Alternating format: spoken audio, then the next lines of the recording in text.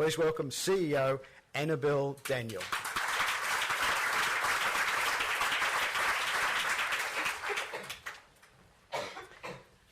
So, do you like numbers? I'm sure there are plenty of people in the audience here who like numbers. I love numbers and statistics. In fact, I could give you a slew of numbers and statistics about the field that I work in. For example, the fact that there are 46,000 women who are homeless across Australia every night.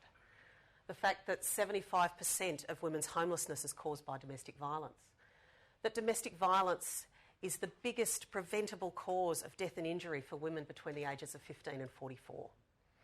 That 60% of the women who come through our shelters have experienced domestic violence and that most have mental health issues as a result.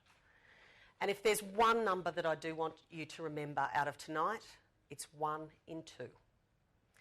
That 1 in 2 women that seek the safety of crisis accommodation every single day are turned away. 1 in 2. But instead of more numbers and statistics, I'd like to share with you a couple of stories and ask you to imagine yourself in a shelter manager's shoes. So you're the manager of a women's shelter that can take 6 women at a time, and you've just had a vacancy in one room, and you receive 2 desperate phone calls. The first call's from Cara. She's 21 and she's pregnant. She's been really unwell. She's been living at home with her stepfather and her mother, but he's told her that if she can't work to pay the board, then she has to get out. He's just been verbally abusive towards her, and she's got out of the house and she's at the local service station where she's calling from. She doesn't have a car and she's only got a small bag with her, and she doesn't have anywhere to go that she feels safe tonight.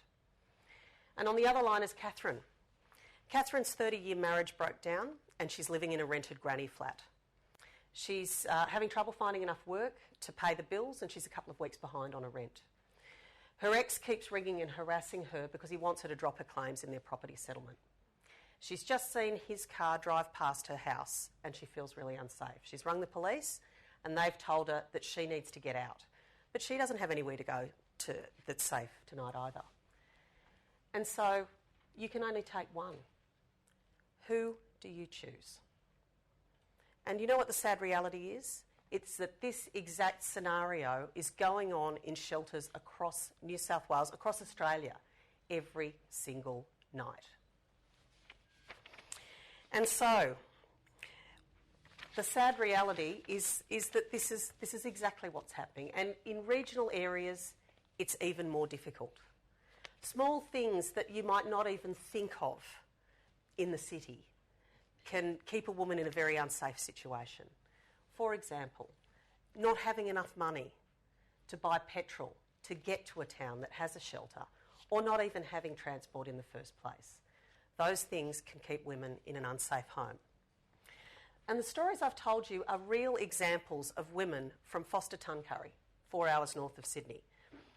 It doesn't have its own shelter, and the closest is 40 kilometres away.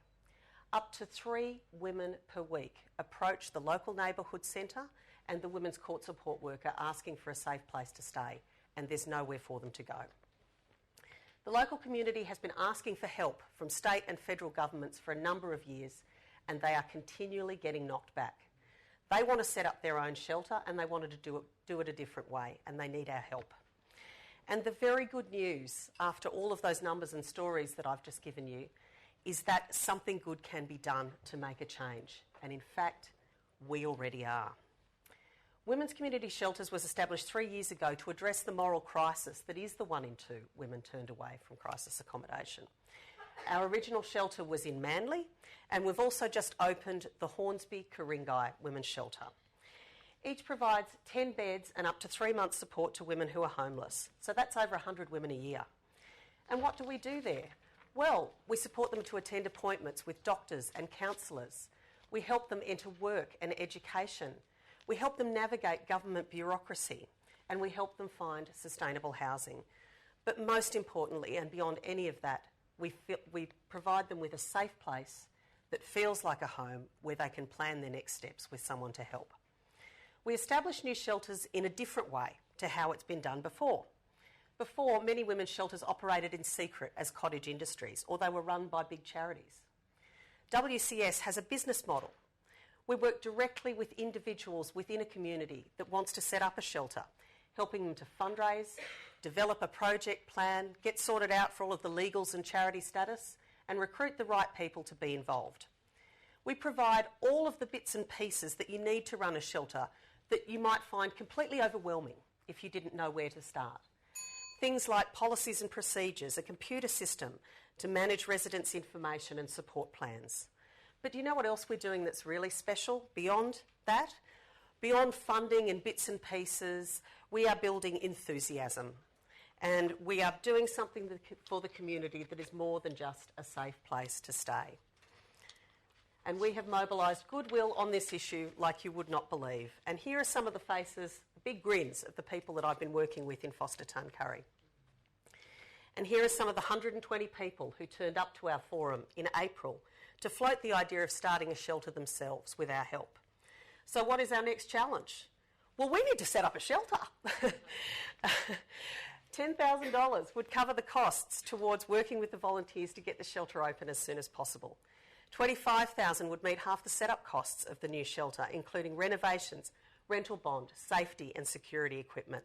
Larger donations of $50,000, $75,000 or $100,000 will help us open up and run new shelters to help women like Cara and Catherine, so we don't have to turn either of them away. Thank you.